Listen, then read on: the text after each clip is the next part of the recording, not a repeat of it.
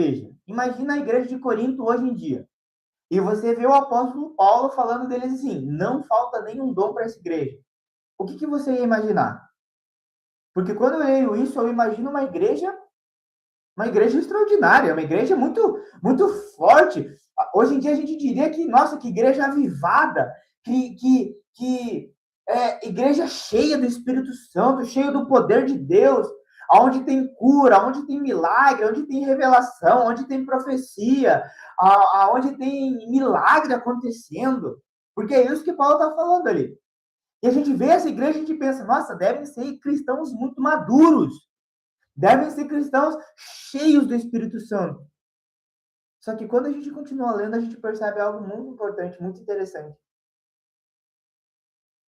Era uma igreja cheia de grupinhos, cheia de invejinhas, cheia de contendas, cheia de desavenças entre um e outro, e com pecados gravíssimos. A gente vai ler, não no capítulo 1 e 2, depois Paulo vai comentar, mas que vivia entre eles um homem que estava se relacionando sexualmente com a sua madrasta, com a mulher do seu pai.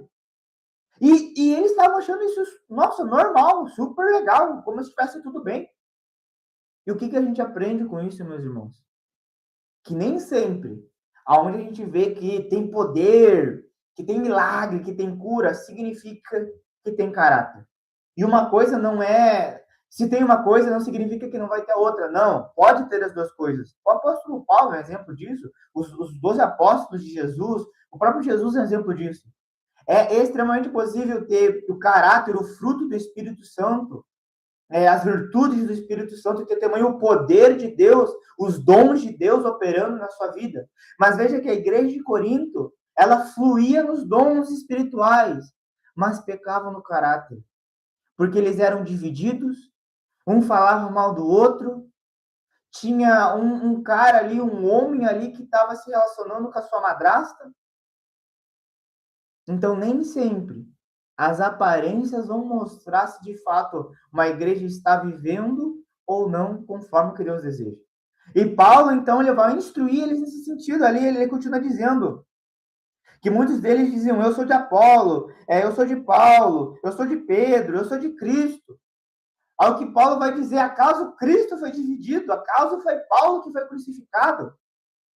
Perceba que Paulo está falando, gente, vocês são tão espirituais, vocês se dizem maduros, vocês se dizem cheios do Espírito Santo, vocês...